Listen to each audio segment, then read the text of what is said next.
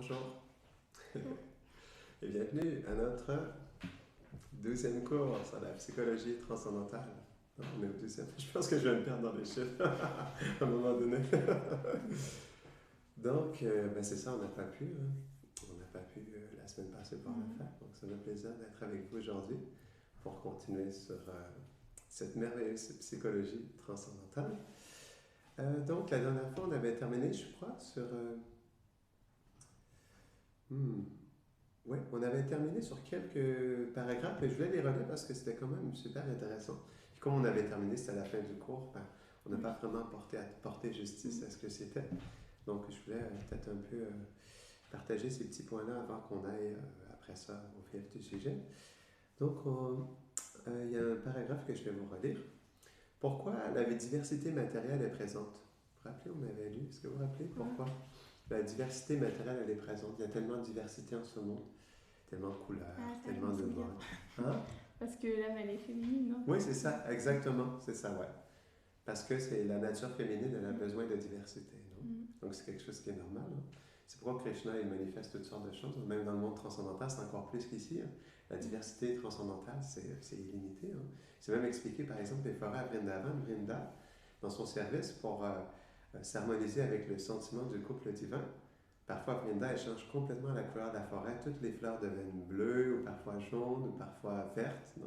Tout devient vert, quoi, pour soutenir un sentiment particulier. Donc, la diversité, elle est vraiment extraordinaire au monde spirituel parce qu'elle est en fonction des sentiments. Tandis qu'ici, la diversité, elle est en fonction de la matière. Donc, c'est pas la même sorte de diversité, quoi. Donc, mais c'est généré par quelqu'un d'autre, c'est ça le point. Il y a une diversité qui est manifestée, mais est-ce que c'est nous qui manifestons cette diversité? Si c'est pas nous, c'est qui? Krishna. C'est Krishna, oui. Pourquoi c'est Krishna? Parce que c'est lui qui est l'origine de... Oui, c'est ça, tout simplement. Mais ça, c'est toujours la partie qui nous manque, parce qu'on apprécie la diversité, mais on oublie que c'est Krishna qui l'exprime pour nous, en fait. Bon, il l'exprime en pour. Comme on va en parler un peu plus, on a déjà parlé de tout ça, mais il l'exprime pour Radharani, non? Mais à travers ça, nous, on fait l'expérience de cette diversité, non? Donc, l'illusion, c'est que même la manifestation matérielle, la diversité matérielle que nous choisissons pour contrôler et prendre plaisir, est tout de même toujours générée par le Purush, par le masculin, par Krishna. Donc, nous, on veut posséder cette diversité, mais ça reste que c'est Krishna qui l'a manifesté, cette diversité matérielle. Non? Et on sait pour qui il l'a manifesté, non? Pas exactement pour nous, quoi. Parce que c'est la réalité, parce que ce soit dans le monde matériel ou dans le monde spirituel, Krishna il manifeste l'environnement pour qui en premier? Radharani. Ouais, pour Radharani. Non? Parce que ça c'est dans le 6e cours, mais c'est un beau point. Comme par exemple à Vrindavan, Radharani c'est la Swarupa Shakti, donc je l'ai expliqué dans Java Dharma, Bhaktivedanta Thakur, il explique que Radharani c'est la Swarupa Shakti, qu'elle est l'énergie suprême de Krishna. Non?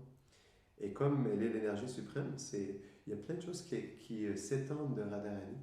Comme par exemple, j'expliquais qu'Ananga Manjari, qui est la petite sœur de Radharani, c'est elle qui manifeste le Vrindavan Dham. C'est pourquoi, parfois, j'avais expliqué ça la dernière fois que c'était Balaram, mais j'ai fait d'autres recherches et s'expliquer plus précisément que c'est Ananga Manjari, en fait, qui manifeste le Vrindavan. Donc à la base, Radharani, elle est présente, mais de sa personne manifeste Ananga Manjari, qui elle manifeste Vrindavan. Et à Vrindavan, il y a plein de monde, il y a plein de personnes, quoi. Donc il se passe plein de choses à Vrindavan, non? Mais ça reste que toutes ces choses sont l'expansion de Radharani en réalité. Non? Donc toute cette diversité, ça reste une expansion de Radharani. Donc c'est pourquoi à la base, c'est pourquoi le rasa, c'est vraiment l'élément principal de la création. Parce que c'est à travers l'interaction entre Radha et Krishna que tout se manifeste. Non? Ils sont l'essence de ça, quoi. Et c'est beau. Hein? C'est un beau principe. Quand on pense au divin, comment le couple divin est l'essence de toute la création.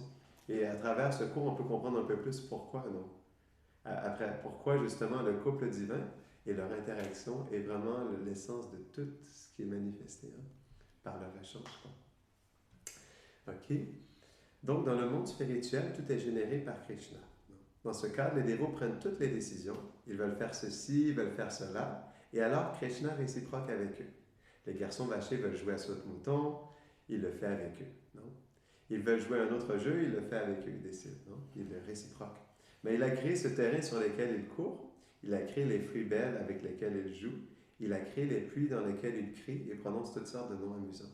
Mais c'est le même principe ici aussi en réalité, dans le monde matériel. En fait, c'est Krishna qui est l'auteur de tout ça, qui a créé tout ça, mais il le crée pour le rasa. Et il y a toujours le rasa qui est présent même dans ce monde. Comme par exemple, il n'y a pas de différence entre le monde matériel et le monde spirituel en réalité, à part que c'est Brahman inférieur et Brahman supérieur. On avait expliqué, non? C'est juste ça la différence, qu'il y a un Brahman supérieur, un Brahman inférieur, non?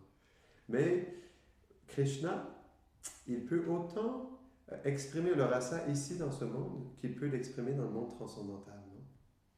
Parce qu'à la base, l'interaction entre Krishna et son énergie, c'est le rasa.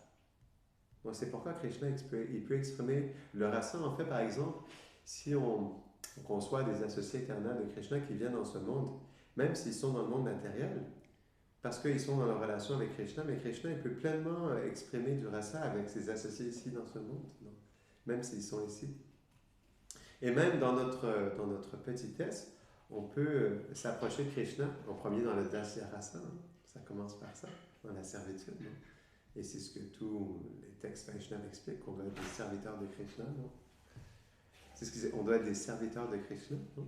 Mais le rasa, il est aussi disponible dans ce monde, mais c'est juste qu'il s'exprime à travers le Brahman inférieur, c'est ça la différence. Comme par exemple, nous, si on voudrait, on pourrait dire, développer dans notre petitesse un désir de rasa, ça veut dire une relation avec Krishna, on peut l'exprimer, mais c'est dans le Brahman inférieur, après ça dans notre propre qualification aussi, bien sûr, non? Parce que chacun dans sa qualification, il se connecte à Krishna et Krishna se connecte à nous en réciproquant avec notre propre qualification aussi. Mais l'expression du rasa, elle est pleinement aussi disponible dans ce monde. C'est juste qu'à travers le Brahman inférieur, c'est plus compliqué, quoi.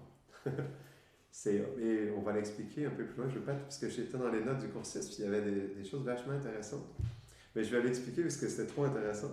C'est comme, par exemple, pour nous, l'expérience du Brahman inférieur, comme on n'a pas, par exemple, on est dans un endroit où il n'y a aucune forme. Il n'y a pas de mouvement, il n'y a rien. Mais dès qu'il y a une petite araignée qui passe, waouh, on devient complètement attiré par la petite araignée. Puis, puis c'est comme, parce que comme on n'a pas eu aucune autre relation, non, il n'y a pas d'autre forme, puis là on voit une personne qui est là, puis parce que nous aussi on est une personne, on voit l'araignée, on se dit waouh, et l'araignée devient notre meilleur ami, non? Donc... Là, si tout le monde pourrait faire ça de cette façon-là, mais... Sinon, tu peux voir ça comme une coccinelle ou quelque chose que tu trouves mignon, mais qui est très petit dans le sens dans lequel tu es capable de réciproquer, quoi. Donc, c'est ça notre expérience du rasa dans ce monde, quoi. Parce que ça se fait avec le Brahman inférieur et ça se fait aussi avec des formes inférieures. Mais le rasa peut pleinement s'exprimer, mais à travers le Brahman inférieur, quoi. Mais il peut s'exprimer quand même, parce qu'à la base, le rasa, c'est vraiment, c'est l'origine de tout. C'est Krishna qui relationne avec son énergie. Puis nous, on fait partie de ça aussi, non? Donc c'est pourquoi le rasa, il est présent dans tout ça, quoi. Même en ce moment, dans tout ce qui se passe, c'est toujours le rasa, quoi. À chaque instant, mais c'est juste que nous, on le prend pour nous, puis on veut relationner en tant que Purusha, en tant que Krishna. OK. Donc, de la même manière, même si nous prétendons être le contrôleur et le jouisseur, l'énergie matérielle et les options que nous pouvons contrôler et apprécier sont toujours créées par Krishna. C'est là que vient l'illusion, nous ne le reconnaissons pas. Non.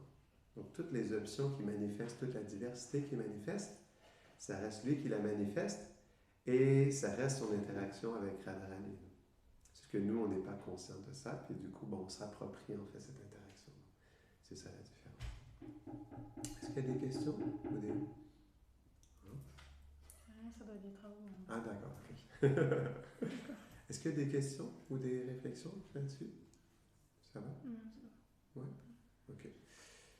Donc, tout ce que nous voyons ici, la seule raison pour laquelle cela semble réel, c'est parce que... c'est parce que c'est Krishna. C'est en dessous. Le bruit fatigant, c'est Krishna. Ah, c'est Yashoda Dwala et Yashisha. Ah, d'accord. Ça continue trop, on ira dire, mais vas-y, continue. D'accord, mais le bruit fatigant, c'est Krishna. Ça ne peut pas être autre chose que Krishna. Même si c'est fatigant pour nous, ça reste quand même Krishna. On peut être fâché, mais on serait fâché après Krishna. Parce que c'est parce qu'il y a le potentiel du bruit fatigant qui est là, comme Avraj, ils font des bruits fatigants. On avait même lu, c'est drôle, on avait lu ça. Il a créé des puits dans lesquels il crie et prononce toutes sortes de noms amusants. Qui sont même fatigants peut-être pour d'autres personnes. On écrit et ils disent n'importe quoi. Je sais pas si ça peut être fatigant. Après ça, oui, c'est ça. Mais il peut avoir cette expérience d'être fatigué, par exemple, de crier des pas à travers aussi, ça peut être là, quoi. Parce qu'il y a toutes sortes de sentiments qui sont là, mais ça se fait pas dans quelque chose, ça se fait toujours dans l'amour, quoi. C'est ça la différence. Mais quelqu'un peut être fatigué de, par exemple, d'un père qui crie, par exemple, une mère, parce qu'il faut comprendre, c'est les enfants à rage. Et il y a une innocence qui est là. Donc, naturellement, dans leur innocence d'enfant, ils expriment, ils font des blagues, ils sont dans la spontanéité. Donc oui, parfois, les mères châtient leurs enfants, quoi, parce qu'ils font trop de blagues, ils font trop de bruit. Donc elles peuvent être fatiguées de ça, mais c'est toujours par amour, tout est par amour, quoi. Et il n'y a pas de... même si parfois il y a comment je pourrais dire, un découragement ou une exaspération, c'est toujours un sentiment transcendantal. Donc, c'est pas teinté par la passion et l'ignorance. C'est tout le temps dans la pure vertu, c'est ça la différence. Mais il y a ces sentiments-là, ils peuvent être fatigués de leurs enfants qui font n'importe quoi. C'est pourquoi qu'ici, il y a des parents qui sont fatigués de leurs enfants qui font n'importe quoi. Parce qu'à rage, il y a ce sentiment-là aussi qui est là, quoi. Donc, le fait qu'on soit fatigué, c'est parce que ça vient de quelque part aussi, quoi. Qu'on soit énervé de ça. On peut se dire, ah oui, je suis fatigué, mais c'est parce que oui, à rage aussi, il y en a qui sont fatigués de ces bruits bizarres-là, quoi. OK. Donc, revenons à nos moutons. OK, ouais. Donc, tout ce que nous voyons ici, la seule raison pour laquelle cela semble réel, c'est parce que c'est Krishna. La matière inerte. Ah, est-ce qu'on a mis appuyé Oui, c'est bon, OK. Oui. D'accord, OK. Parce qu'une fois, c'est arrivé qu'on n'avait pas, puis il y avait autre chose, une chance qui s'était enregistrée. Okay.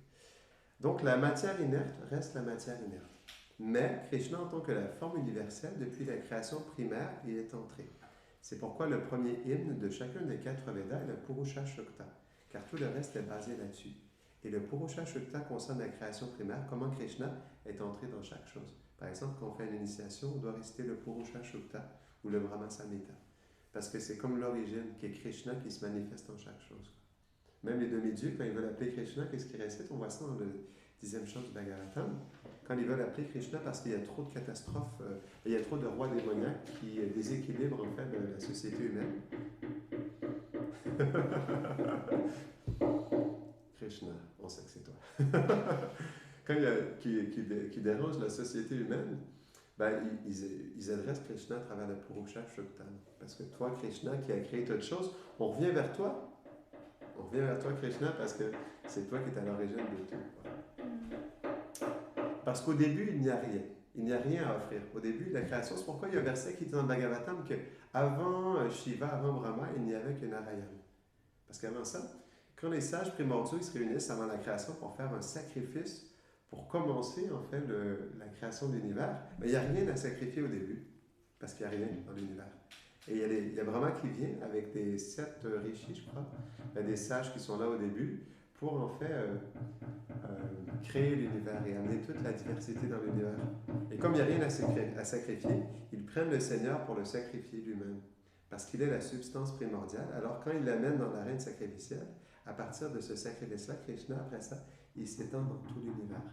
C'est juste un exemple pour montrer comment la base, l'origine du fait que Krishna s'est manifesté en chaque chose. C'est les sages qui ont appelé Krishna à travers un sacrifice. Krishna, il est venu. Ils ont sacrifié la substance originelle qui est Krishna, puis à travers ça, Krishna, il a pu s'étendre dans tout l'univers. C'est comme ça que ça a commencé, en fait. Parce que c'est des petits points techniques sur la création.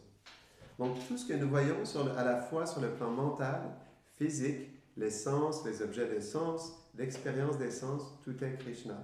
C'est pourquoi cela semble réel. Lorsque nous goûtons quelque chose, nous sentons que c'est réel. C'est parce que Krishna est présent en tant que la qualité du goût. Donc, la seule et unique raison pourquoi on fait l'expérience de la matière, c'est pas parce que la matière nous donne une expérience. Parce que la matière en rien, elle est rien du tout. Non. Parce qu'on le voit quand on quitte notre corps. Est-ce que vous avez tous déjà vu un corps mort? Ouais. Quand on voit que quand il y a l'âme à quitter le corps, Toi, tu n'as jamais vu de corps mort? Non, j'ai pas vu. Ah, d'accord. C'est particulier. Même parfois, je me rappelle quand j'ai vu mon grand-père pour la première fois dans son corps mort, Ouais, c'est quand même un peu morbide, hein, mais des fois on fait ça dans les familles. Ma grand-mère m'a invité à le toucher, quoi. J'ai trouvé ça bizarre. On m'a invité à l'embrasser. Oh mon Dieu! Waouh! Ah, c'est horrible. C'est froid, Ah, c'est gelé. oui, c'est bizarre. En plus, elle était dans la chambre mortuaire. Ouais, donc, c'est vraiment particulier. Tu le touches, hein? En tout cas, c'est comme. Oui, J'ai fait l'expérience, quoi. Je l'ai touché, mais c'est comme il n'y a rien. Il n'y a aucune vie, quoi. C'est froid, il y a absolument rien. C'est là que tu vois, il y a vraiment juste la matière, quoi. Il n'y a aucune vie, quoi que ce soit. Il n'y a plus de qualité, hein. Il n'y a plus rien, quoi. Il y a, même, tu vois le visage, mais ils font des choses pour mettre un certain sourire, quoi, sur le visage. Ils forcent le sourire. Parce que sans ça, ils sont maquillés, puis ils sont comme ça, quoi. Tu ouvres les cercueils, tu es obligé de faire une certaine préparation. Ouais, il y a plein de préparations. J'avais déjà vu ça à un moment donné dans un film. Tu vois, ils maquillent, ils font des points de suture, ils ramènent la peau, quoi. Ils font toutes sortes de choses pour mettre une certaine vie, mais sans ça, il n'y a absolument aucune vie. Tout est complètement rabaissé, quoi. Donc, c'est ça la différence, c'est que la seule raison pourquoi on fait l'expérience de chaque chose, c'est parce que Krishna est présent, comme la qualité du goût, la qualité du parfum, la qualité de la vision, dans tout ce qu'on regarde, dans tout ce qu'on expérimente, à travers tout. Ben, c'est toujours Krishna qui manifeste sa qualité pour qu'on puisse faire l'expérience de ça. C'est pourquoi en réalité, on avait déjà parlé beaucoup dans les 2-3 premières classes, je pense, l'aspect que, en fait, comment gérer nos attachements matériels, c'est en comprenant que Krishna il est présent dans cet attachement, et c'est de rediriger en fait cet attachement vers Krishna, en comprenant que ce à quoi nous sommes attachés, ça reste toujours Krishna. Non? C'est bon? Oui. Mais ça, on avait parlé, mais c'est intéressant de revenir là-dessus, parce que parfois on l'oublie, parce que ce qui arrive, on avait parlé qu'on a une spontanéité dans le Purushabhav. Non? On avait parlé de ça. On a une spontanéité dans ce sentiment d'être Krishna. Et dans cette spontanéité, dans le 11e de seconde, c'est facile de perdre en fait cet aspect naturel de l'âme. On est dans un faux sentiment. On est dans le faux sentiment qu'on s'approprie en fait le sentiment de Krishna. L'aspect de Purush, l'aspect masculin. On avait expliqué que c'était bizarre, on était dans une fausse position masculine, quoi. Non? Et à cause de ça, ben, on se pense être l'auteur, mais on s'approprie un faux sentiment tout simplement parce qu'on ne perçoit pas Krishna dans ça. OK. Alors, comment allons-nous gérer nos attachements matériels, à moins de comprendre que Krishna est dedans? C'est une question. Ouais. Comment, si on ne comprend pas Krishna? Ben, c'est... Tu voudrais donner la réponse? Oui, la réponse est dans la question. Ben oui. C'est pour ça que je voulais voir si vous écoutiez.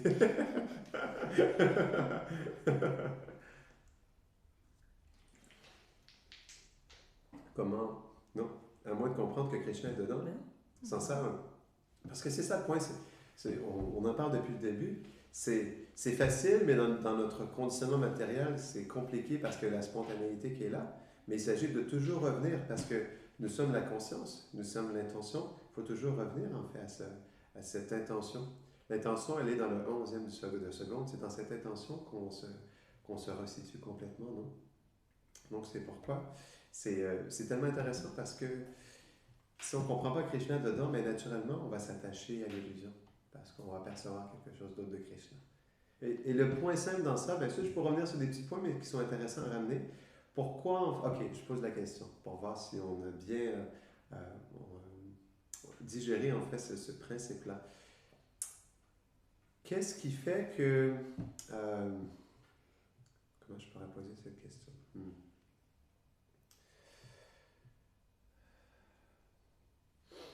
Comment je pourrais l'amener? OK. Qu'est-ce qui fait dans le 11e de seconde qu'on rate en fait cet aspect que Krishna est présent? Parce qu'on s'identifie. Oui, parce qu'on s'identifie à la matière, exactement. Oui, tout à fait. Tout simplement parce qu'on s'identifie. Pourtant, c'est juste dans le 11e de seconde. On reste une âme spirituelle à chaque instant. Mais c'est juste que dans le 11e de seconde, on s'identifie à la matière, puis on s'identifie à ce faux sentiment. Puis naturellement, tout le reste suit. Après ça. Et comme on est l'âme spirituelle, on peut toujours se resituer à chaque instant dans le 11e de seconde. C'est ça qui est beau. Parce qu'on n'est pas la matière. On n'est pas autre chose qu'une âme spirituelle. Et on est fait pour être dans cet état naturel d'être des assistants. Parce que la seule façon de s'élever est de se connecter à Krishna. Donc, à moins que nous puissions nous connecter nos sens, notre mental, nos besoins et nos désirs à Krishna, il n'y a aucun moyen ou forme qui pourront nous aider à progresser dans le domaine de ne jamais oublier Krishna. Non. Jamais oublier Krishna, ça veut dire quoi? Toujours se souvenir de... C'est quoi la différence entre toujours se souvenir de Krishna et ne jamais oublier Krishna? Il n'y a pas de différence. Ben, il y a une différence dans l'application, en quelque sorte. Tu avais dit quelque chose dans le genre ne jamais oublier Krishna, c'est ne rien faire.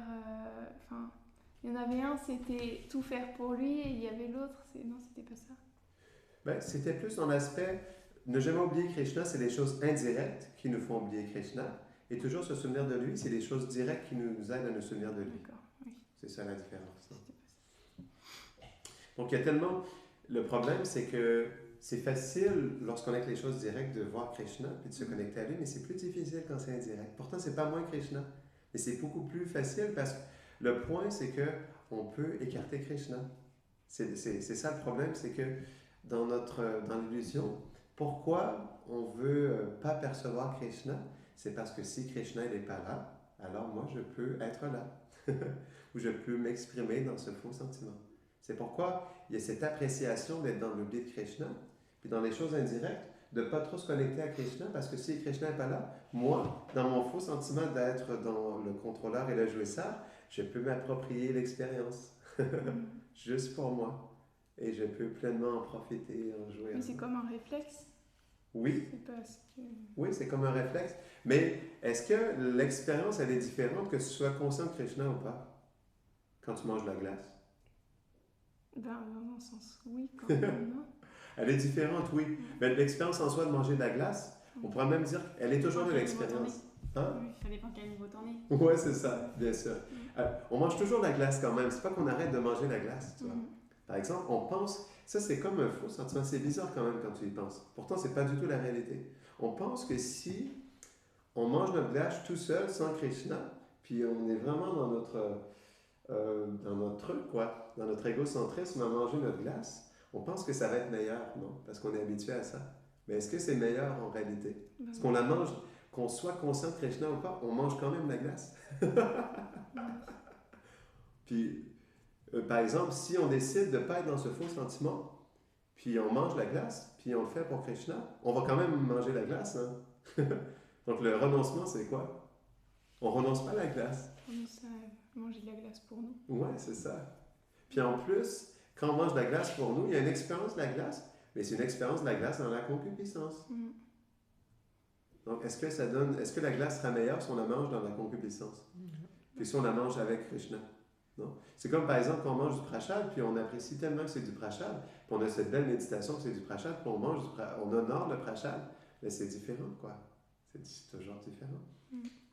Donc, le point, c'est que c'est comme on est tellement habitué à mettre de la valeur à ce faux sentiment, à penser que dans ce faux sentiment, à le nourrir, puis à se placer, puis à déplacer Krishna, puis son interaction directe avec Radharani, qu'on va avoir une meilleure expérience. Mais ce n'est pas le cas du tout. C'est ça qui est intéressant. On manque rien. Et je me rappelle, Bhaktivinoda Swami il disait qu'on est les plus gros gratificateurs de sens, en fait, les dévots de Krishna. Pourquoi?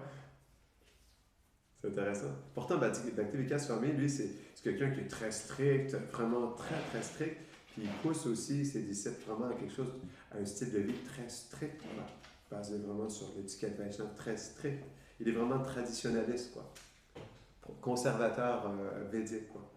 Pourtant, il a dit que les Vaishnavas, ils sont les plus gros gratificateurs d'essence. Pourquoi? Parce qu'on fait pour Krishna, alors... Oui, c'est ça. Parce qu'on gratifie nos sens, mais en connexion avec Krishna. Et du coup, l'expérience, elle est beaucoup plus profonde. C'est que, par exemple, on peut apprécier un coucher de soleil, mais si on apprécie un coucher de soleil en appréciant quelque chose en Krishna, ou par exemple, quelque chose de plus simple. Si vous avez tous vécu cette expérience, on regarde le ciel et on se dit « Waouh! Le ciel, c'est tellement beau parce que c'est comme la couleur de la peau de Krishna. » Comme on regarde le ciel. Par exemple, quelqu'un a posé une question à Prabhupada à un moment donné, il lui a dit mais pourquoi le ciel est bleu? Et Prabhupada lui a répondu tout simplement parce que Krishna est bleu. Donc pour lui, dans sa simplicité, parce que Krishna est bleu, non, c'est pourquoi le ciel il est bleu, c'était tellement simple. Hein? Donc, dans quelque chose comme ça, quelqu'un pourra apprécier, ah, le ciel il est clair aujourd'hui, mais nous, parce que quand on regarde le ciel bleu, on apprécie que le ciel bleu, ça vient de la couleur de Krishna. C'est pourquoi le ciel est bleu. Ou un nuage sombre. Je me rappelle une fois, à un moment donné, j'étais à... C'était dans quelle ville? En Nouvelle-Écosse. En Nouvelle-Écosse, à Halifax, non, la capitale de la Nouvelle-Écosse au Canada.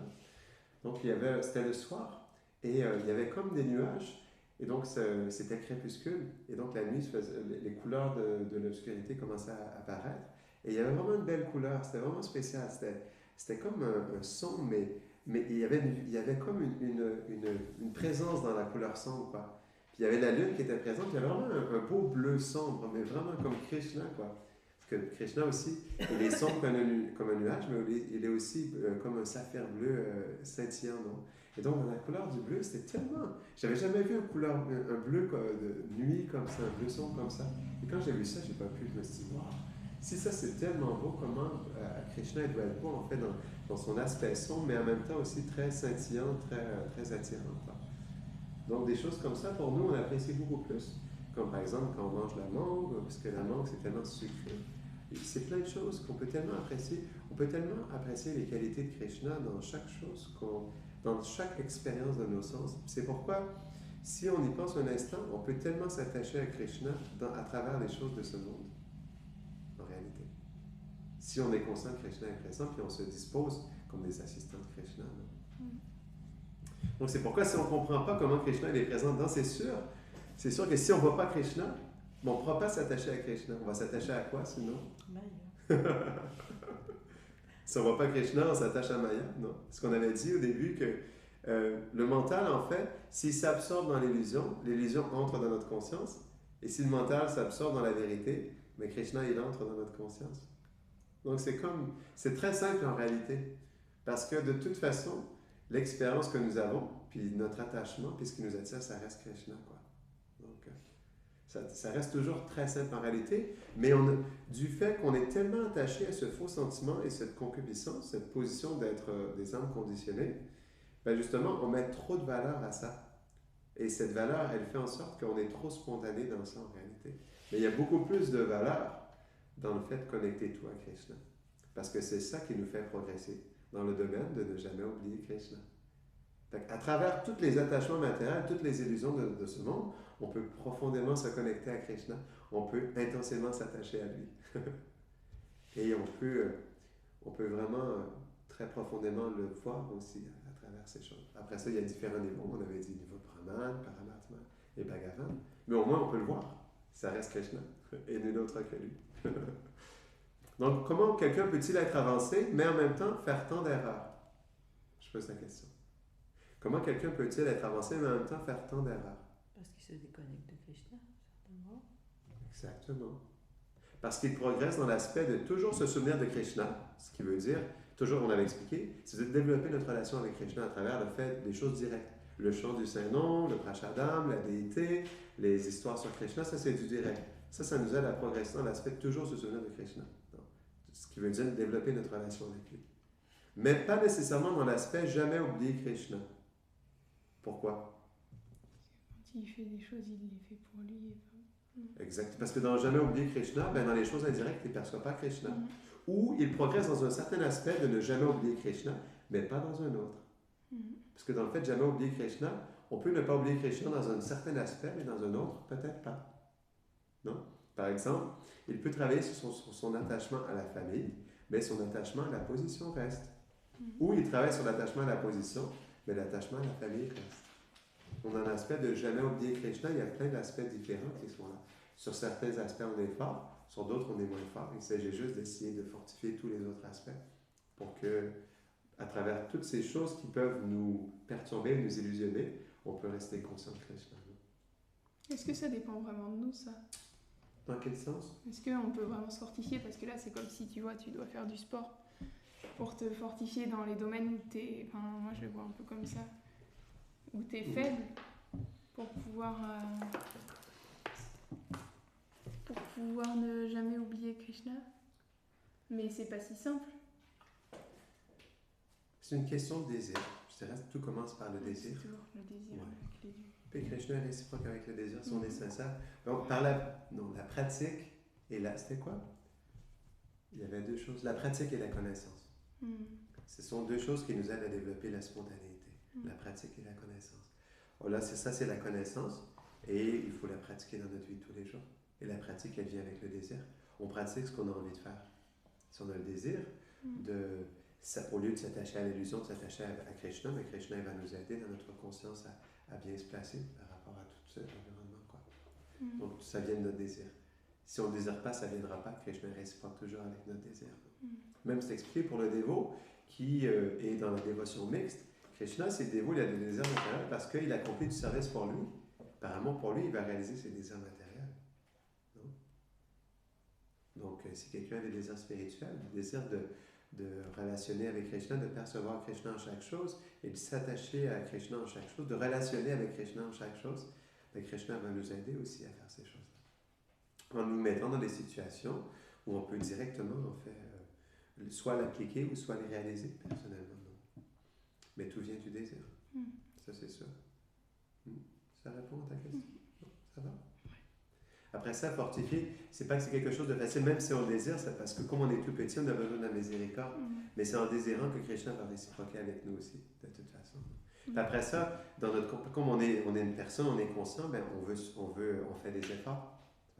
On désire, mais on fait des efforts. Si on fait des efforts, Krishna il va récompenser nos efforts aussi. Ça, c'est naturel. Donc, il faut faire des efforts. C'est pas juste désirer puis attendre que ça tombe sur nous, mais il faut faire des efforts pour prouver à Krishna qu'on a envie de le percevoir dans chaque chose, qu'on a envie de s'attacher à lui et de relationner avec lui. Gurudev avait dit souvent ça, puis je méditais beaucoup là-dessus. Relationner avec Krishna à travers les êtres. Il disait comme par exemple, si j'étreins une personne, j'étreins Krishna. Si je parle à une personne, je parle à Krishna. C'est quelque chose de très profond qu'on y pense, mais c'est une belle méditation pour nous aussi, dans le sens où, en réalité, de toute façon, dans ce qu'on explique depuis le début, c'est pas qu'on relationne de toute façon avec les êtres directement. Non. Ils sont présents comme par exemple, là, en ce moment, on est tous dans le cœur, on est tout un petit jiva dans le cœur, on est présent, on est dans un corps, mais on est tous des petits assistants ensemble dans ce moment. Non. Puis en réalité, pour qu'on puisse parler, c'est parce que Krishna il est là avec ses potentiels. Non? Sans ça, il n'y aurait pas cette interaction-là en ce moment. Non, ce ne serait pas possible. Donc on est toujours très petit en ce moment dans tout ça. Quoi. On n'est pas plus grand. Non, on reste toujours très petit. Mais on ne perd pas notre petitesse dans ça. On ne perd pas notre position d'assistant. Non? Parce que certaines personnes assistent l'énergie dans le faux sentiment, dans l'illusion, puis d'autres l'assistent dans la vérité. On n'arrête jamais d'assister, même quand on sert l'illusion, on assiste quand même Krishna. On ne perd pas cette attitude de service. Parce qu'on ne peut pas faire autre chose qu'assister de toute façon. Non? Donc c'est juste qu'on continue à assister, mais pour Krishna, au lieu d'assister pour l'illusion. On ne change pas de quoi que ce soit en réalité. C'est pourquoi le désir, il doit juste être dans le fait d'assister Krishna au lieu d'assister notre faux sentiment puis notre faux désir. C'est juste ça en réalité. Ça ne change pas notre position, ça ne change pas le petit jiva qu'on est dans le cœur. Il n'y a rien qui change en réalité. C'est juste notre mentalité qui change. On avait expliqué ça. Le Prabhupada disait on doit juste changer notre mentalité en réalité. OK.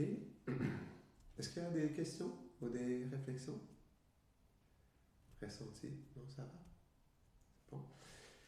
Donc, je suis attaché à mon enfant. Mais cela signifie que cet enfant est fait de matière inerte.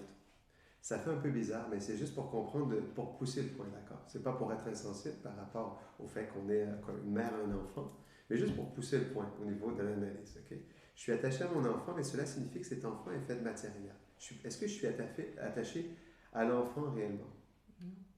Pourquoi? Parce qu'il est inerte, on n'est pas attaché à une chose inerte. Oui, exactement, non? Comment pouvons-nous nous attacher à la matière? Parce qu'il y a Krishna qui est dedans. Hein? Si on s'attache à la matière inerte, s'il y a Krishna dedans, et c'est plus de la matière inerte. Oui, c'est ça. Parce que le corps de l'enfant en soi, c'est pas lui qui nous attache. Non. Parce que l'âme quitte et nous ne sommes plus attachés. On a expliqué ça tout à l'heure, non? On n'est plus. Par exemple, on voit même ça même chez les animaux. Par exemple, s'il y a un bébé qui meurt, même chez les animaux, il y a ce ressenti-là. Hein. Par exemple, il y a un bébé fan qui meurt, la mère, elle va rester près, ou un bébé éléphant, la mère, elle va rester près du bébé, elle va même le pousser, mais elle va voir qu'il n'y a plus de vie, puis elle va, dû à l'attachement, non, elle va rester là à un certain moment, mais après ça, elle va partir. Même chez les animaux, ils font ça. La mère, elle réalise qu'il n'y a plus de vie. C'est comme, après ça, ça se fait dans une conscience plus recouverte, mais il y a ce sentiment qu'il n'y a plus de vie, donc je ne peux plus réciproquer avec ce corps mort, la mère s'en va, quoi. Donc c'est le même principe, même chez les animaux, on voit ça, quoi.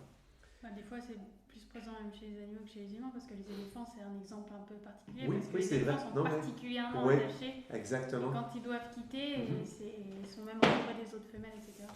Puis ils font un rituel, hein, c'est beau chez les animaux. Ouais, Je pense même c'est- chez les hippopotames, ça doit être mignon, de voir des hippopotames qui tournent en rond. Les hippopotames, c'est pas le même genre d'animaux que les éléphants. Les éléphants, c'est pas c'est les éléphants ou les hippopotames qui font ça, qui tournent en rond, qui font comme un rituel alentour du corps qui est mort, du membre de la famille qui a quitté son corps. Je pense, soit les éléphants ou les hippopotames, en tout cas, il faudra que je cherche. Mais c'est un des deux, c'est ça. Il y a comme tout un Je sais rituel qu'ils par sont rapport à... accompagnés, que les autres membres, ils accompagnent l'éléphant. Oui, ils Je sais sont pas là, si- il y a comme un rituel C'est familial comme qui est là, ils quoi. pleurent ensemble, quoi. Comme un genre de deuil, quoi, qui Oui. se fait.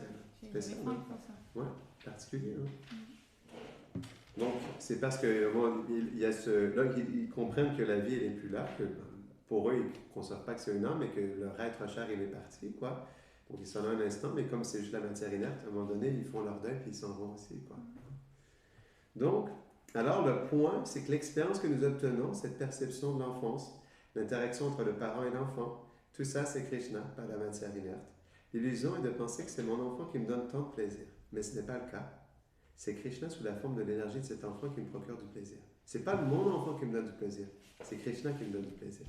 Dans chaque expérience de plaisir qu'on fait, c'est Krishna qui me donne du plaisir. C'est pas l'être, c'est pas nous. Nous, on donne pas de plaisir à quelqu'un. On donne pas aucun plaisir à aucune autre personne, en fait. C'est juste Krishna qui donne l'expérience du plaisir. C'est intéressant, non? Particulier, non? Donc, la difficulté est que si mon enfant est Krishna et que l'expérience que j'obtiens d'énergie parentale, interagissant avec l'énergie de l'enfant, est Krishna, alors qu'est-ce qui ne va pas si je ressens du plaisir?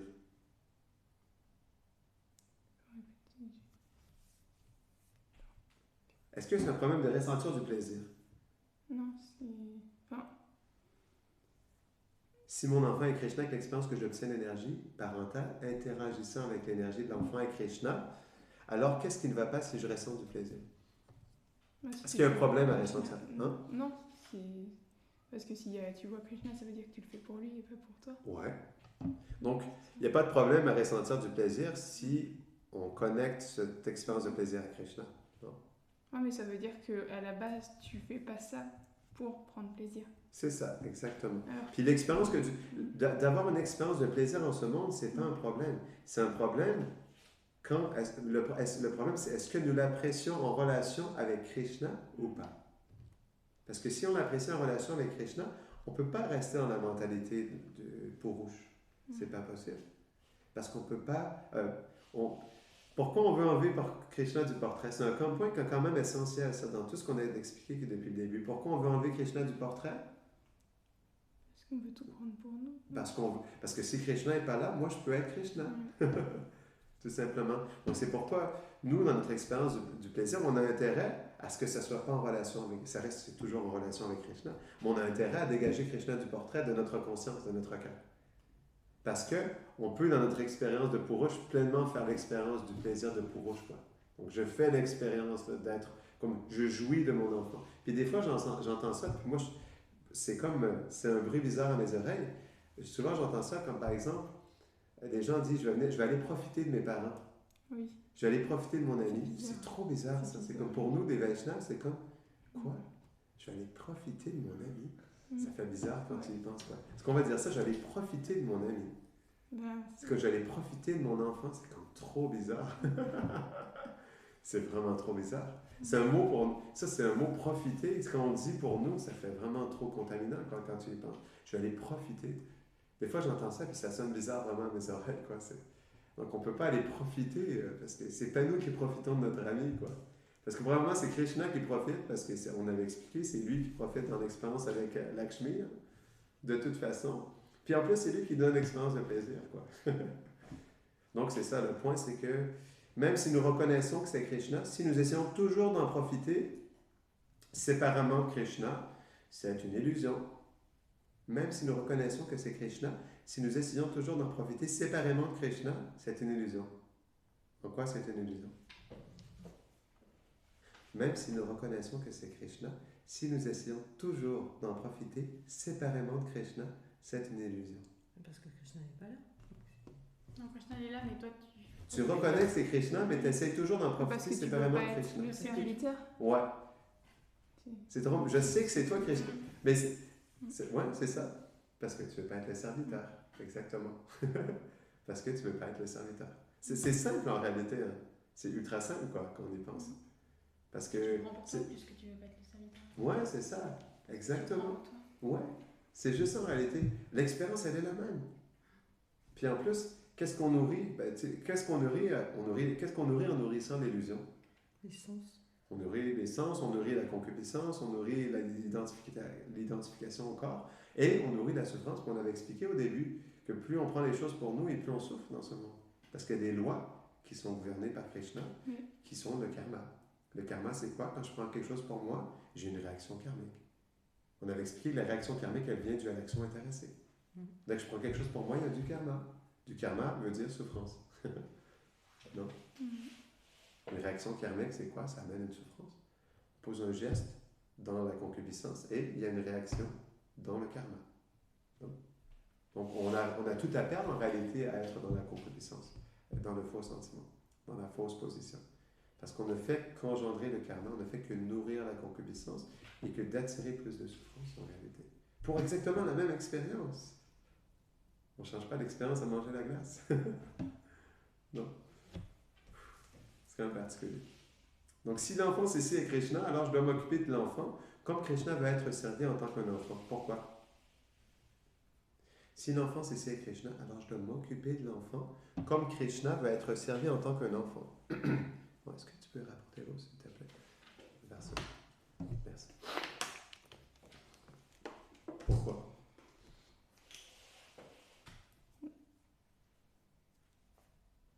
Si l'enfant c'est Krishna, alors je dois me... Si l'enfant quoi? C'est le deuxième mot qui me... Moi, j'entends pas le mot après Krishna. L'enfant, oui. Ok, si l'enfance, par exemple... L'enfance. Si l'enfance. L'enfant qui exprime l'enfance. C'est un peu, non? Si l'enfant. Ok. Si l'enfant, avec toute son expérience d'enfant, c'est Krishna, alors je dois m'occuper de l'enfant comme Krishna veut être servi en tant qu'un enfant. Pourquoi? Il y a un truc bizarre dans ta Ah ouais? phrase. Ok. J'arrive Il pas à Ok. comprendre. y a un truc qui est bizarre dans ta phrase. L'enfance. L'enfance, c'est une période, hein. C'est pas.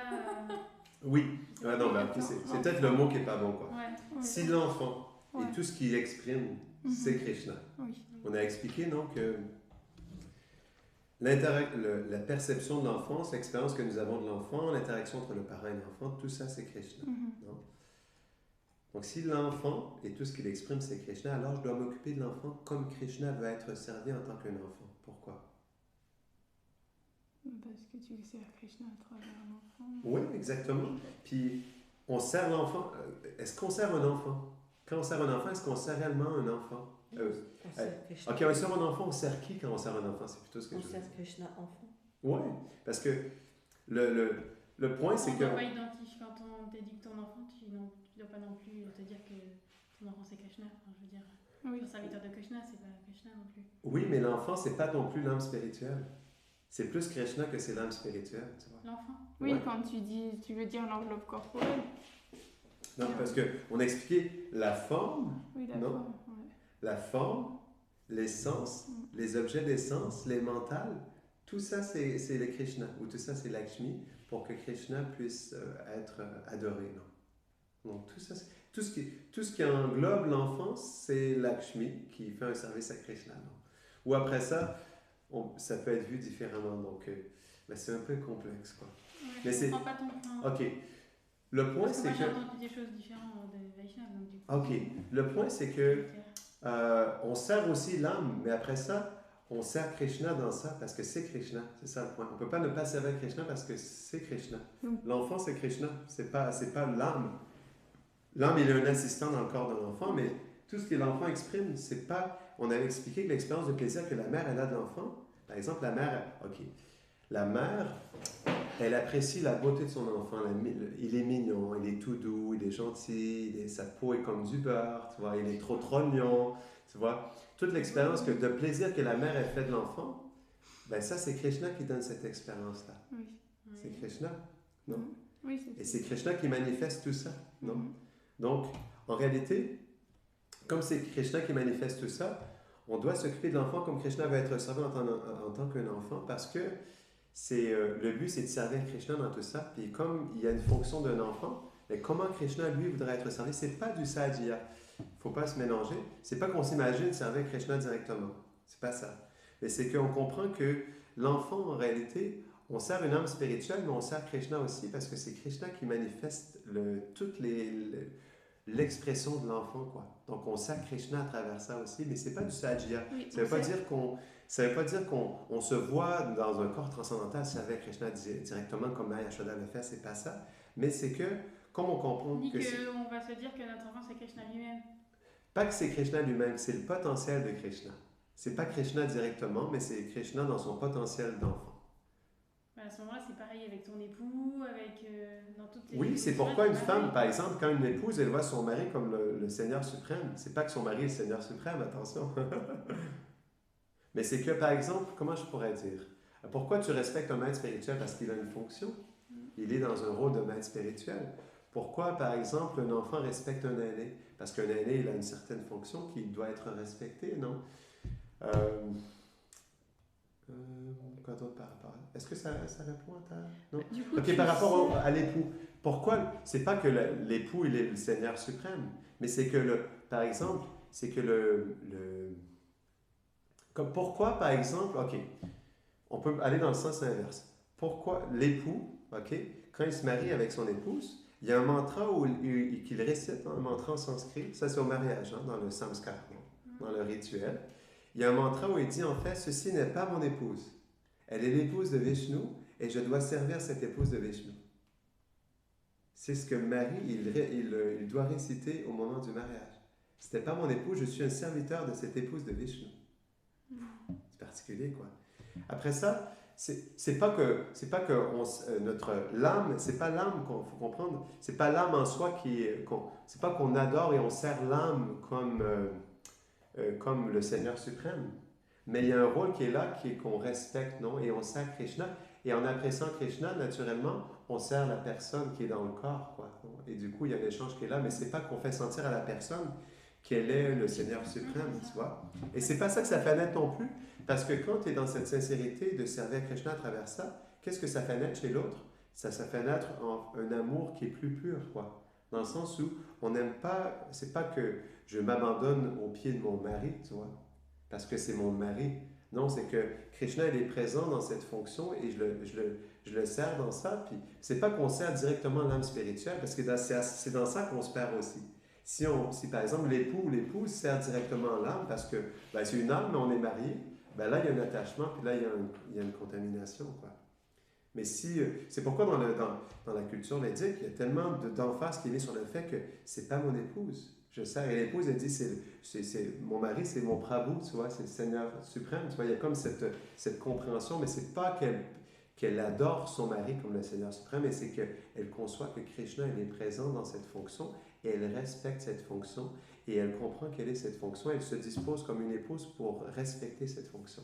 Comme l'enfant, il se dispose pour respecter la fonction du parent, ou comme le parent, il se dispose pour respecter la fonction de l'enfant, ou comme un disciple pour respecter la fonction du maître spirituel. Non? Est-ce que ça fait du sens? Mais ce n'est pas du sadhya, c'est juste de comprendre que Krishna, il est présent, donc on veut servir Krishna, parce que si on sert juste notre mari, on s'attache à notre mari, tu vois? Tu comprends? On ne peut pas juste servir notre mari ou notre épouse, quoi. Parce que sinon, on fait juste nourrir l'attachement matériel, tu comprends? Il y a comme une subtilité qui est là. On ne peut pas déconnecter de Krishna de notre relation avec chaque personne dans ce monde.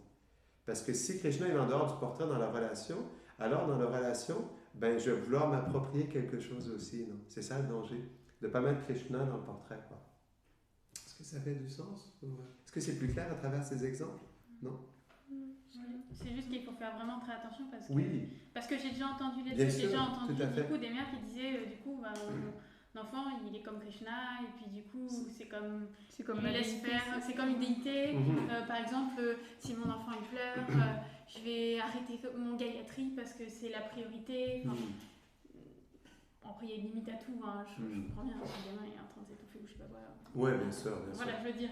Mais c'est comme la Faut priorité de ma vie et j'arrête tout pour lui, quoi. Bien sûr, bien Genre sûr. après qu'il chante plus, etc. Enfin, Mhm. mais son Krishna, c'est son bébé, mais c'est pas non plus comme ça. Je comprends qu'on peut le voir dans une relation, parce que de toute façon, dans tous les êtres, on doit voir Krishna.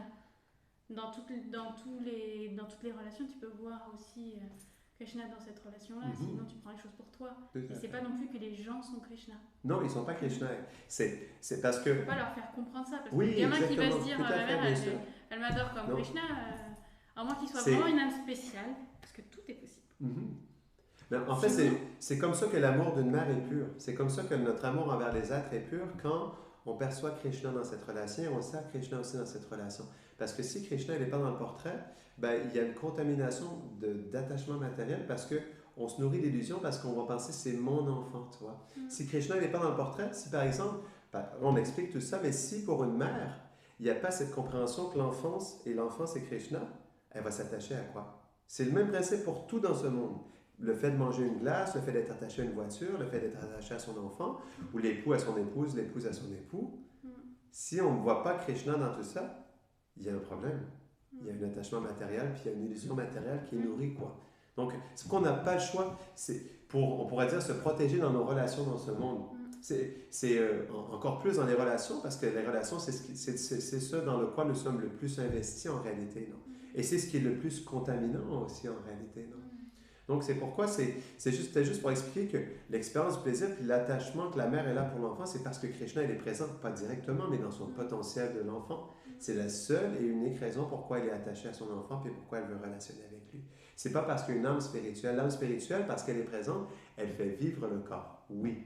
Puis elle s'exprime à travers le corps, parce que en tant qu'assistante, elle est présente aussi. C'est pas impersonnel, tout est personnel. Donc, par exemple, je parle, c'est pas moi le corps et c'est pas moi la voix, puis j'ai pas le potentiel d'intelligence ou d'habilité, mais comme je suis conscient de ça, je suis présent aussi, quoi, non?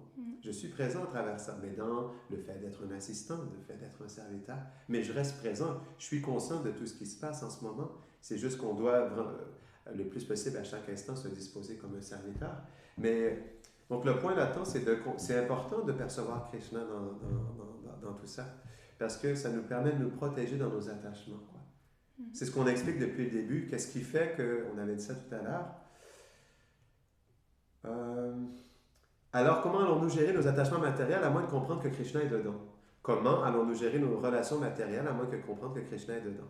Parce que la seule façon de s'élever, c'est de se connecter à Krishna. Comment on va se protéger de nos relations, qui sont nos attachements les plus grands dans ce monde, si on n'arrive pas à percevoir Krishna dans tout ça? C'est à ce moment-là, c'est subtil. Mais en faisant, c'est pas, par exemple, c'est la même chose que la glace. Dans les relations, c'est la même chose que la glace. On n'est pas moins personnel dans le fait de manger la glace. Par exemple, c'est comme ma glace préférée. Si tu as ta glace préférée, si pour toi, ta glace préférée, c'est le sorbet à la mangue. Et là, tu as le sorbet, puis tu es totalement personnel parce que tu adores la glace à la mangue, puis pour toi, c'est un moment personnel, intime, sacré. Donc, tu vas mettre tout ton cœur dans ça, quoi, non? Pourtant, ça reste Krishna.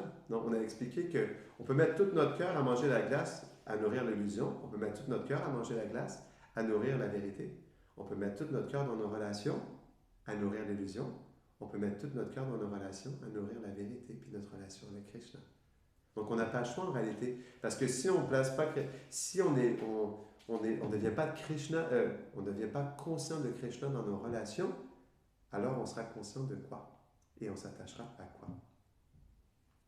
C'est ça la réalité. Donc c'est pourquoi c'est super important, surtout dans les relations. Donc l'aspect dans ça, c'est que c'est pour la mère, c'est pour s'attacher à Krishna dans ça, pour servir Krishna à travers ça. Elle doit comprendre comment Krishna il serait servi en tant qu'un enfant, parce que faut comprendre que, par exemple, quand on est dans une fonction de parent, il y a une responsabilité qui est là. Comme par exemple, je vais descendre dans mes notes. Alors, si je perçois Krishna comme l'enfant, je m'occupe de l'enfant comme Krishna va être servi en tant qu'un enfant, parce que ça, c'est comme c'est ce qui nous aide à penser à Krishna dans tout ça, quoi. Alors, quelles sont les règles de cela, de la parentalité? Et puisque nous avons pris la responsabilité de nous occuper de cette matière inerte, particulière sous la forme d'un enfant, nous avons des devoirs. Non? Et le devoir, c'est comment un parent prend soin de l'enfant. On peut voir ça originellement, comment Mère Yashoda, c'est pas qu'on veut imiter, mais on veut apprécier et prendre ça comme modèle de qualité, non? Comme par exemple, d'où viennent les qualités maternelles, pour pouvoir s'inspirer à être une bonne mère ou être un bon père, quoi. Donc, une mère peut méditer sur Mère Yashoda, c'est pas qu'elle devient Mère Yashoda ou elle se pense être Mère Yashoda, mais elle apprécie les qualités maternelles de Mère Yashoda, elle médite dessus, puis elle aimerait elle aussi, dans l'aspect de servir l'âme qui est dans le corps d'un enfant, Krishna qui est dans le potentiel d'un enfant, d'être conscient de ça, puis d'apprécier servir dans cette même état d'esprit, non? Et c'est pas qu'on veut imiter, mais c'est servir dans cette même disposition d'amour maternel, dans cette même sentiment, parce qu'il y a un sentiment particulier, il y a une humeur particulière à être une mère, puis à aimer son enfant, puis à prendre soin de son enfant, quoi. Et donc, dans le fait d'apprécier Mère Yashoda, puis d'apprécier que elle peut juste donner refuge à son enfant parce qu'il y a dans son corps un potentiel qui est là, qui à la base vient de Mère Yashoda, qui lui permet d'être une mère et d'apprécier ça, puis d'être dans l'humilité de ça, que le fait qu'elle puisse être une mère, c'est qu'à la base, ce potentiel-là, à la base, il vient de Mère Yashoda, quoi. Puis elle voit l'enfant qui est là, puis c'est comme une appréciation, c'est pas le fait d'imiter ou de se penser être directement l'interaction, mais juste d'être dans l'appréciation pour qu'on puisse servir avec plus de profondeur et plus de dévotion, quoi. Est-ce que c'est clair? Ou est-ce qu'il y a des... Ça va? Je sens que peut-être il y a encore Non, des... non, Ça va? Ouais? OK. Je vous ai pas perdu? Non, non. Non, ça va? Puis par rapport à l'époux et l'épouse, est-ce que c'était clair, ça aussi? C'est pareil, c'est le même. Oui, C'est la même chose, quoi, c'est ça. Donc, c'est pas... ouais, c'est ça. Et mais en faisant ça aussi, c'est juste que dans le fait d'aimer comme ça, il y a une pureté qui est là, qui fait que l'être vivant que l'on sert, il le ressent ça. Et ça, pour lui, c'est un amour qu'il voudra véhiculer aux êtres de la même manière aussi. C'est pourquoi c'est important de percevoir et de servir Krishna à travers nos relations, parce que cet amour, il n'est plus un amour ordinaire. On ne peut pas dire que c'est un amour ordinaire. Si à travers ton enfant, tu aimes Krishna. Et je répète bien, ce n'est pas du direct, mais quand même, c'est à travers ton enfant, tu aimes Krishna parce que tu comprends que toute l'expérience d'enfant, c'est Krishna, quoi. Et que tu veux servir Krishna parce que sinon, tu sers quoi? Tu sers pas la matière inerte parce que c'est rien. Tu sers Krishna parce que la seule manière que tu peux être en interaction avec ton enfant, c'est parce que Krishna est présent. Puis tu ne sers pas non plus directement juste l'âme spirituelle, parce que là, tu tomberais dans un attachement matériel, quoi. Tu vois? Donc, c'est pourquoi c'est intéressant tout ça. Ça nous aide à comprendre aussi dans nos relations comment se placer aussi d'une bonne manière. C'est bon? OK. Je comprends, c'est très profond et complexe, mais c'est vachement important pour nous dans nos relations de ce monde, quoi.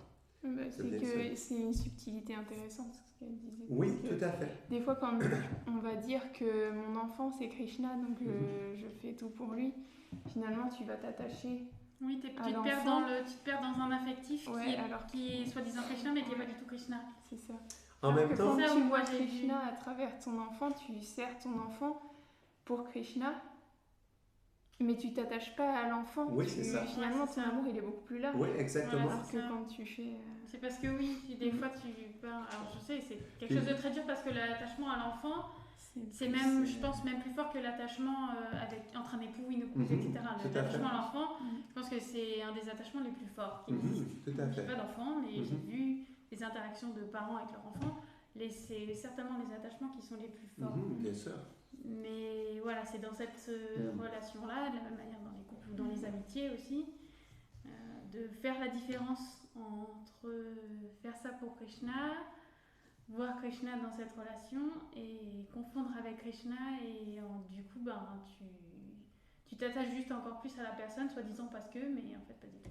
En même temps, oui aussi. Par exemple, si tu te sacrifies pour Krishna parce que tu comprends que tu sers Krishna à travers tout ça, et tu restes conscient de ça, naturellement, ton attachement pour Krishna va augmenter aussi, parce que ça peut être dans ce sens-là aussi, comme ça peut être dans l'autre sens, comme tu exprimais, tout à fait, je suis d'accord, tout à fait, mais ça peut être dans ce sens-là aussi si tu te sacrifies pour ton enfant, mais parce que tu veux te sacrifier pour Krishna, parce que par exemple, ouais, c'est ça, il y a quelque chose de très, c'est quelque chose de très personnel, c'est ça le point.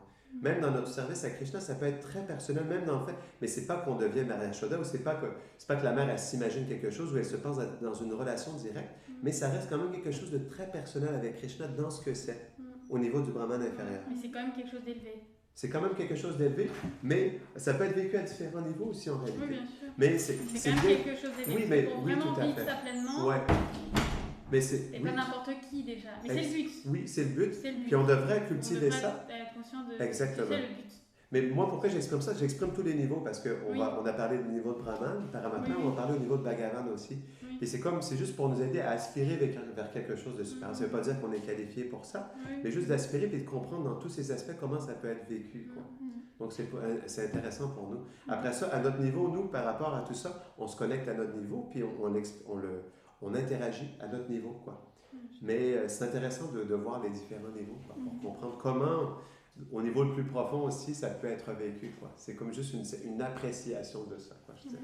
Mais oui, c'est sûr que de vivre comme ça, une mère, comme tu disais, l'attachement pour l'enfant est tellement fort que... Et c'est pourquoi aussi il y a un danger dans ça, justement. Parce que si l'attachement, comme il est tellement fort, s'il n'est pas dirigé vers Krishna, ben, il sera fortement dirigé vers l'enfant qui va nourrir notre illusion aussi. C'est pourquoi, quelque part, on doit, peu importe notre niveau, connecter ça à Krishna, parce que sans ça, oui, ça peut être vraiment un piège très intense, quoi. Comme un couple aussi, ça peut être la même chose, quoi, en réalité. Comme n'importe quelle relation, en réalité, quoi. Donc, même un disciple envers son maître spirituel peut avoir un attachement malsain aussi. Il y avait un disciple de Prabhupada qui voulait marier Srila Prabhupada. Donc, il y avait un attachement qui était malsain, qui était un peu bizarre, quoi. Donc, c'est pourquoi c'est ça dans tout ça. Mais ça nous aide à bien nous placer, puis de s'attacher à Krishna dans tout ça, puis de relationner avec Krishna à notre niveau dans tout ça. C'est bon? Donc, mais ici, nous parlons d'interaction, la partie que tout le monde veut, mais dont tout le monde a peur. Nous voulons nous occuper de l'enfant, alors il faut s'en occuper correctement, pleinement. Il faut en assumer l'entière responsabilité. Si nous ne voulons pas nous occuper de l'enfant, mieux vaut ne pas se marier et ne pas avoir d'enfant. Parce qu'en plus aussi, c'est comme il y a un devoir qui est là, parce qu'il y a Krishna qui est présent, qu'on ne peut pas faire n'importe quoi avec les relations dans ce monde. C'est pourquoi dans la culture spirituelle de l'Inde, il y avait un attachement très intense au devoir. Parce que dans le devoir, il y a Krishna qui est là. Donc, Krishna dit on m'adore par les devoirs prescrits. C'est très expliqué dans la Bhagavad Gita aussi, parce qu'à travers les devoirs prescrits, on se connecte à Krishna, parce que de toute façon, les devoirs prescrits nous aident à servir Krishna, quoi. Donc, comme on a expliqué, on comprend que c'est Krishna, puis on essaie de servir avec tout notre cœur, quoi. Donc, Vaishnav qui dit ça, c'est Govinda Maharaj, il prêche les Prabhu, par exemple, il expliquait, il a fait des classes sur le mariage. Il disait si t'es pas prêt à faire ça pour ta femme, elle te marie pas. Exactement, c'est comme soit tu le fais à 100%, soit tu le fais pas. Normalement, il faut, voilà. Ben, bien sûr. Bon, là, l'exemple que moi j'ai retenu parce que c'est drôle, parce que tu joues de ça. Moi, voilà, pour ceux qui ne connaissent pas, je suis mariée, mais il disait par exemple, une épouse, il faut lui donner tout ce qu'elle veut. Donc il faut lui acheter tout ce qu'elle veut, il faut lui donner tout ce qu'elle veut. Si tu n'es pas prêt à faire ça, il taquiner ses disciples par rapport à ça, parce que bien sûr, lui va prêcher plus heureusement, mais si tu n'es pas prêt à faire ça, bah te marie pas. Tout à fait, bien sûr. Ben oui, c'est vrai, ça tout à fait. Après, Ben oui, parce que, en fait, c'est comme on pense, ok, en même temps aussi, c'est vrai quand tu y penses, oui, ça peut être le mariage ou d'être une mère peut être une source d'attachement intense de la nature de la relation, oui, mais ça ne change pas que tout ça, c'est intensément Krishna aussi. C'est comme, par exemple, le gars ou la fille, ils vont se marier, mais ils vont se dire « Ah, mais c'est une illusion, tout ça, puis c'est un attachement, mais horrible, puis après ça, il faut que je m'occupe. » Non, c'est pas ça le problème. C'est pas le problème que je dois m'occuper de ma femme ou je dois m'occuper de mon mari. C'est pas ça le problème. Ou c'est une corvée parce que moi, j'arrive pas à percevoir Krishna dans ça, premièrement. Puis j'arrive pas à percevoir que je dois servir Krishna dans ça aussi. Je veux pas prendre ma responsabilité. Pourquoi? Pas parce que parce que j'arrive pas à voir Krishna, puis en fait, je veux mon plaisir dans tout ça aussi. C'est pourquoi, par exemple, il y a le renoncement dans le mode de la passion aussi, quoi. Bien sûr. Donc, si ta femme, elle est Vaishnava et que tes enfants, ils sont des Vaishnavas, et que, entre guillemets, ils ont besoin encore de ton refuge, bah, il n'y a pas vraiment de raison de divorce ou de séparation avec je dirais que ça dépend de l'intention de la personne. Ça dépend de l'intention, parce que ça dépend de l'intention, bien sûr. Parce que dans le Srimad Bhagavatam, tu as le roi, lui, à 50 ans, mais ça, c'est complètement accepté par Krishna. Il quitte la famille au beau milieu de la nuit, il s'en va, puis il ne voit plus jamais personne pour le reste de sa vie. Mais c'est parce qu'il le fait pour Krishna, tu vois. Donc, je dirais qu'il y a comme, à ce niveau-là, au niveau du renoncement, il y a une exception au fait de tout renoncer, absolument tout. c'est de s'abandonner à Krishna. Oui, c'est ça. Pour s'abandonner à Krishna, on peut absolument tout renoncer, n'importe quelle circonstance. Après ça, en même temps aussi, ça dépend des intentions qu'on a. Mm. On peut tout abandonner, mais il faut avoir une bonne intention dans ça. Il faut parce avoir que, une bonne Oui, c'est qualification. oui, c'est ça. Il faut qu'on veuille vraiment s'abandonner à Krishna. Quoi. S'abandonner entièrement Il faut qu'on- comme ça. Ben, C'est- je veux dire, après, ouais, c'est ça. Parce que tu regardes, par exemple, un Bhagavatam, il s'abandonne entièrement. Quoi. Mm. Après ça, par exemple, si une personne, son intention, elle est à 75% de s'abandonner à Krishna, ben quand même, il y a une protection qui est là aussi. Krishna va protéger. Parce que Krishna, il ne peut pas rejeter cet aspect d'abandon parce que pour l'âme qui s'éveille et qui veut sa relation avec Krishna, ben Krishna, il est prêt à tout pour protéger ça. Puis il va faire en sorte que aussi, par exemple, si une personne quitte la famille, et que la famille aussi, elle soit maintenue en quelque part. S'ils sont des Vaishnavas, oui, tu vois. Oui. Qu'ils soient maintenus en quelque sorte. Krishna, il fait des arrangements aussi. Parce qu'on ne peut pas dire, par exemple, que les épouses que... quel exemple on peut donner du Bhagavatam ou du Mahabharata qui avait beaucoup d'épouses en tout cas, les épouses qu'un roi védique, les centaines d'épouses qu'un roi védique on pourrait dire laissées du jour en une nuit, on ne peut pas dire que Krishna il ne prendra pas soin de ces épouses-là, quoi, tu vois. Parce que dans le détail, oui, Krishna il prend soin de la famille qui reste derrière, en fait, ce renoncement, quoi. Donc, c'est ça qui est important, c'est pas que... Parce que dans le renoncement, comme Krishna, il accepte ça et il le respecte, ben, il fait en sorte que toute la famille soit maintenue. C'est pourquoi aussi dans la J'ai pas culture... d'exemple parce que dans le Mahabharata, souvent, leurs enfants, ils sont déjà adultes. Ouais, Donc, c'est j'ai ça. pas d'exemple. Ah, par rapport d'accord, à ça. ok. Il doit y en avoir, hein, c'est juste que Ouais, je c'est connais ça. pas, hein, peut-être. Hein. Mais les exemples que j'ai, t'en as toi dans le Ramayana Ben, En général, ils sont déjà Ouais, indépendants. c'est Ça veut dire ça. que normalement, les Ouais, enfants je après comprends. s'occupent de la. S'occupe de la mère, quoi. Ouais, Ouais, c'est faut ça. qu'ils soient moins séquents Ouais, que ça. exactement. Après, Après je comprends ça, l'âge de Kali, après, les enfants. ben, il y a il la culture qui est là. Il y a la culture, mais au niveau de la relation avec Krishna, l'abandon à Krishna permet de se défaire de toutes les dettes karmiques. Donc ça, c'est possible, mais il faut que ça soit fait en bonne intention, bonne conscience. Avec une sincérité et un sérieux. Oui, C'est juste ça. Oui, C'est ça qui est l'important dans tout Oui, ça. bah oui, c'est sûr.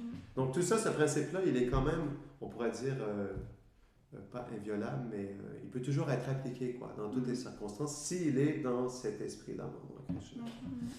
Donc c'est ça. Parce que dans ça, Krishna, il peut faire des arrangements pour maintenir et protéger, en fait, le reste de la famille. Ouais, bah, parce que par exemple, Parce quand que- Pandou, c'est pas une question où là, c'était pas vraiment de sa faute. Quand Pandou est mort, il a laissé son épouse avec 5 enfants en bas âge. Elle n'est pas restée seule.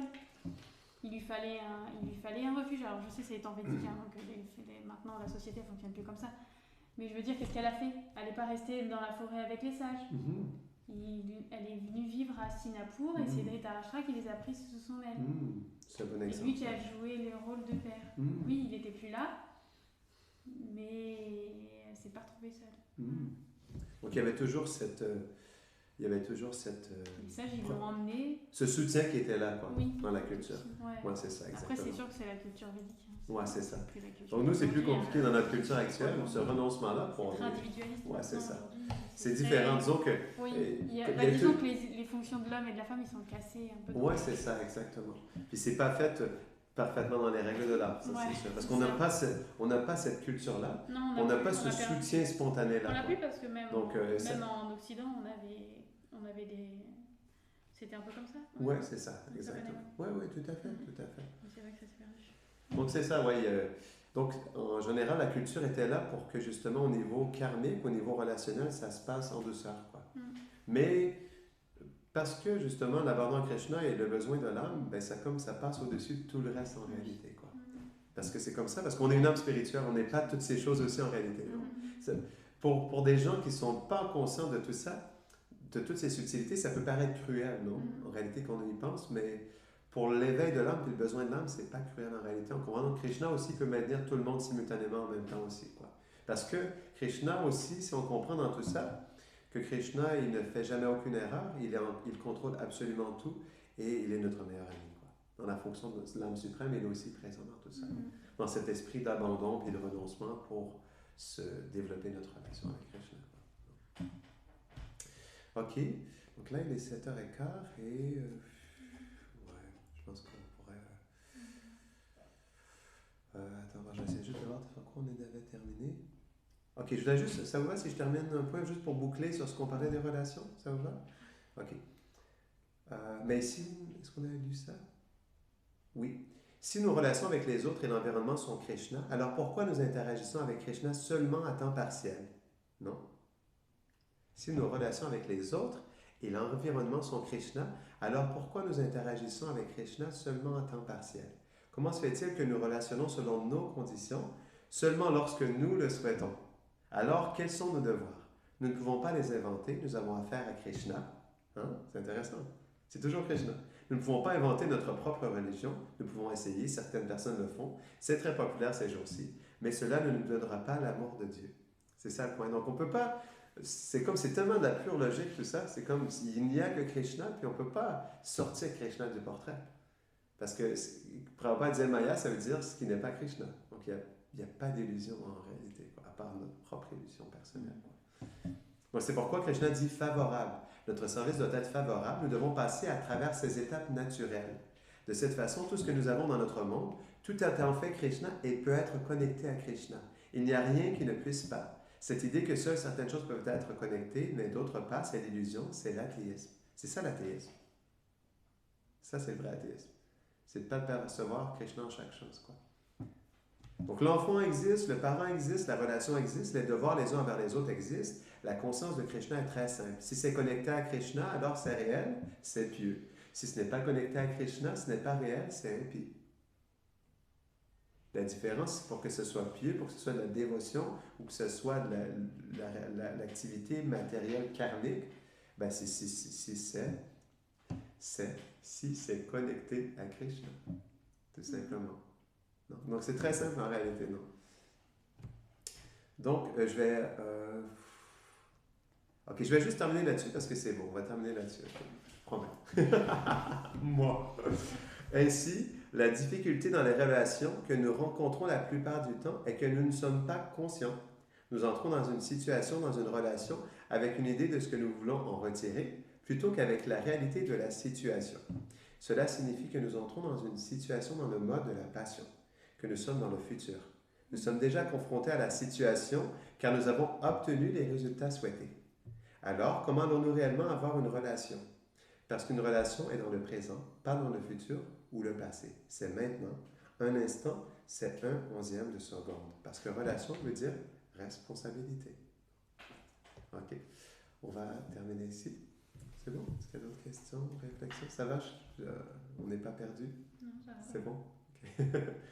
C'était profond, mais ça nous aide à approfondir ces choses-là, en fait, à l'intérieur de nous, parce que les relations, c'est les choses qui sont le plus présentes dans notre vie de tous les jours. OK.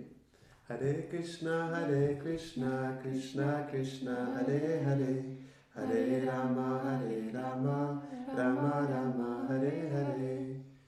Jai Nitai Gaura Premanande. Hare Bol. Hare Bol. C'est bon, hein?